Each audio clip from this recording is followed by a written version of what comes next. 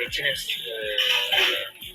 ರೀತಿಯಲ್ಲಿ ಮಳೆ ಆಗಿರುವುದು ಮತ್ತು ನೇತ್ರಾವತಿ ನದಿಯಲ್ಲಿ ಹೆಚ್ಚಿನ ಮಟ್ಟಕ್ಕೆ ನೀರಿನ ಮಟ್ಟ ಹೆಚ್ಚಾಗಿರುವಂಥ ಹಿನ್ನೆಲೆಯಲ್ಲಿ ಬಂಟ್ವಾಳದಲ್ಲಿ ಕೆಲವು ಕಡೆ 4 ಕಡೆ ಮನೆಗಳಲ್ಲಿ ನೀರು ನುಗ್ಗಿರುವಂಥ ಘಟನೆ ಆಗಿದೆ.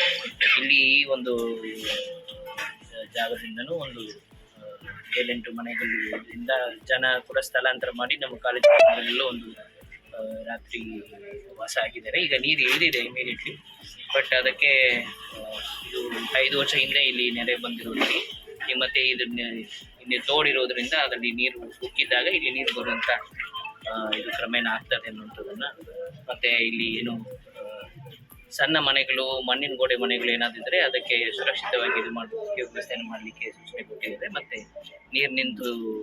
ನೀರಿನ ನುಗ್ಗಿರೋದಕ್ಕೆ ಪರಿಹಾರವಾಗಿ ಒಂದು ಮನೆಗೆ 10,000 ಕೊಡುವಂಥ ಏನು ವ್ಯವಸ್ಥೆ ಇದೆ ಅದನ್ನು ಕೂಡಲೇ ಮಾಡಲಿಕ್ಕೆ ವ್ಯವಸ್ಥೆ ಮಾಡಲಾಗಿದೆ.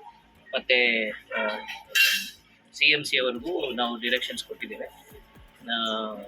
ಇದು ಇಮಿಡಿಯೇಟ್ಲಿ ಕ್ಲೀನಿಂಗ್ ಮಾಡುವಂಥದ್ದು ಮತ್ತು ಔಷಧಿ ಹೊಡೆಯುವಂಥದ್ದು, ಬೇರೆ ರೀತಿಯಲ್ಲಿ ರೋಗ ಹರಡದ ರೀತಿಯಲ್ಲಿ ನೋಡ್ಕೊಳ್ಳುವಂಥ ವ್ಯವಸ್ಥೆಯಲ್ಲಿ ಮಾಡಲಿಕ್ಕೂ ಸೂಚನೆಗಳನ್ನ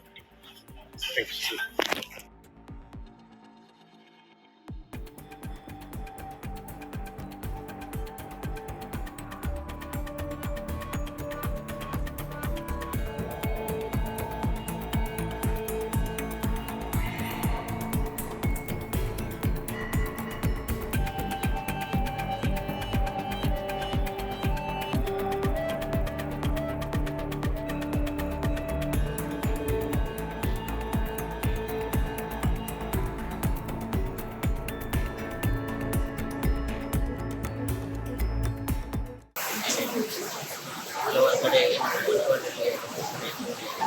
ಉಪ್ಪಿನಪುಡಿ, ಬೆಟ್ಟದಲ್ಲಿ ಈ ಥರ ಹಲವಾರು ಕಡೆ ಏನೇನು ಹಾನಿಗಳಾಗಿದ್ದಾವೆ, ಯಾವ ರೀತಿಯ ಸಮಸ್ಯೆಗಳಿದೆ ಅದನ್ನು ವೀಕ್ಷಣೆ ಮಾಡ್ಬೋದು. ನಿನ್ನೆಯನ್ನು ಎಲ್ಲ ತಂಡಗಳು ಸ್ಥಳದಲ್ಲಿದ್ದು ಪರಿಹಾರ ವ್ಯವಸ್ಥೆಗಳನ್ನು ಮಾಡಿದ್ದಾರೆ. ಬಂಟ್ವಾಳದಲ್ಲಿ ಕೂಡ ನೀರು ಇಳಿಕೆ ಆಗಿರೋದ್ರಿಂದ ಎಲ್ಲರೂ ಕೂಡ ವಾಪಸ್ಸು ಮನೆಗೆ ಬೇಕಾಗಿರುವಂಥ ಕೂಡ ಆಗಿದೆ. ಇಲ್ಲಿ ವಿಶೇಷವಾಗಿ ಉಪ್ಪಿನಪುಡಿಯಲ್ಲಿ ದೇವಸ್ಥಾನದ ಮುಂದೆ ಇದು ಸಂಗಮ ಆಗುವಂಥ ವಿಶೇಷತೆ ಇರೋದ್ರಿಂದ ಜನರು ಸ್ನಾನಕ್ಕೆ ಹೆಚ್ಚಿನ ಸಂಖ್ಯೆಯಲ್ಲಿ ಬಂದಿದ್ದು, ಪೊಲೀಸು ಮತ್ತು ರೆವಿನ್ಯೂ ಇಲಾಖೆ ಮತ್ತು ಪಂಚಾಯತ್ ಅವರು ಎಲ್ಲರೂ ಟೆಂಪಲ್ ಸಮಿತಿಯವರ ಒಂದು ಹೊಂದಾಣಿಕೆ ಜೊತೆ ಅದನ್ನು ಒಂದು ಯಾವುದು ಸಮಸ್ಯೆ ಇಲ್ಲದೆ ನಾವು ಅದನ್ನು ಜನರು ವೀಕ್ಷಣೆ ಮಾಡಲಿಕ್ಕೆ ಒಂದು ಅವಕಾಶ ಮಾಡಿಕೊಟ್ಟಿದ್ದಾರೆ. ಅದಕ್ಕೆ ಎಲ್ಲರಿಗೂ ನಾನು ಅಭಿನಂದನೆ ಸಲ್ಲಿಸ್ತೇನೆ. ಮತ್ತು ಇಲ್ಲಿ ಏನು ಮುನ್ನೆಚ್ಚರಿಕೆ ಕ್ರಮಗಳು ವಹಿಸಬೇಕು ಅದಕ್ಕೆ ಇಲ್ಲಿ ಸ್ಥಳೀಯವಾಗಿಯೇ ಹೋಮ್ ಗಾರ್ಡ್ಸು ಮತ್ತು ತಂಡ ಇಲ್ಲೇ ಇದೆ. NDRF ತಂಡನೂ ಕೂಡ ಇಲ್ಲೇ ಹತ್ತಿರದಲ್ಲೇ ನಾವು ಅದಕ್ಕೆ ಸ್ಟೇಷನ್ ಮಾಡಿದ್ದೇವೆ.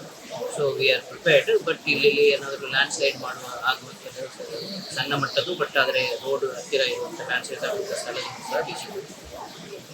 ಸರ್, ಈಗ ಶಿರಾಡಿ ಘಾಟ್ ಯಾವ ಓಪನ್ ಆಗ್ತದೆ? ಶಿರಾಡಿ ಘಾಟಲ್ಲಿ ನೀವು ನೋಡಿದ್ದೀರಾ, ಮೊನ್ನೆ ನಾವು ಖುದ್ದು ಆ ಸ್ಥಳಕ್ಕೆ PRS PWD ಅವ್ರ ಜೊತೆ ಹೋಗಿ ಭೇಟಿ ಮಾಡಿದ್ವಿ. ನೆಕ್ಸ್ಟ್ ಡೇನೇ ಅದು ದೊಡ್ಡ ಮಟ್ಟದಲ್ಲಿ ಕುಸಿತ ಆಗಿದೆ. ಅಲ್ಲಿ ಏನಾಗ್ತದೆ ಅಂದರೆ ಕೆಸರು ಮಯವಾಗಿದೆ. ಕೆಸರನ್ನ ತೆಗೆದರೆ ಮತ್ತೆ ಕೆಸರು ಬೀಳುವಂಥ ರೀತಿಯಲ್ಲಿ ಅದು ಡಿಸ್ಟೆಬಿಲೈಸ್ ಆಗಿರುವಂಥ ಒಂದು ವಾತಾವರಣ ಆಗಿದೆ. ಸೊ ಬಟ್ ಈಗ ಅದನ್ನು ಕ್ಲೋಸ್ ಮಾಡದೆ ಆದಷ್ಟು ಓಪನ್ ಮಾಡಿಕೊಂಡು ಒಂದೊಂದಾಗಿ ಬಿಡ್ತಾ ಇರುವಂಥ ವ್ಯವಸ್ಥೆಯನ್ನು ಮಾಡ್ತಾ ಇದ್ದೀವಿ. ಸ್ವಲ್ಪ ಮಳೆ ಇದು ಕಡಿಮೆ ಆದಂತ ಸ್ಟೆಬಿಲಿಟಿ ಆಗಬೇಕು. Otherwise they're managing. Charmadi ghat close ಆಗಿಲ್ಲ, ಚಾರ್ಮಡಿ ಘಾಟ್ ಓಪನ್ ಆಗಿನೇ ಇದೆ. ಬಟ್ ಗಣರ ವಾಹನಗಳು ಅಲ್ಲಿ ಹೋಗ್ಲಿಕ್ಕೆ ಅವಕಾಶ ಇದೆ, ಅದು ಹೋಗ್ಲಿಕ್ಕೂ ಕಷ್ಟ ಸಾಧ್ಯನೂ ಹೌದು. ಅದರಿಂದ ಅಲ್ಲಿ ಹೆವಿ ವೆಹಿಕಲ್ಸ್ ಹೋಗೋಕ್ಕಾಗುತ್ತೆ. ನಮ್ಮ ಕೊಡಗಿನ ರಸ್ತೆನೂ ಸಹ ಓಪನ್ ಇರುವುದರಿಂದ ಈಗ ಏನು ಸಮಸ್ಯೆ, ಸಂಚಾರಕ್ಕೆ ಏನು ಸಮಸ್ಯೆ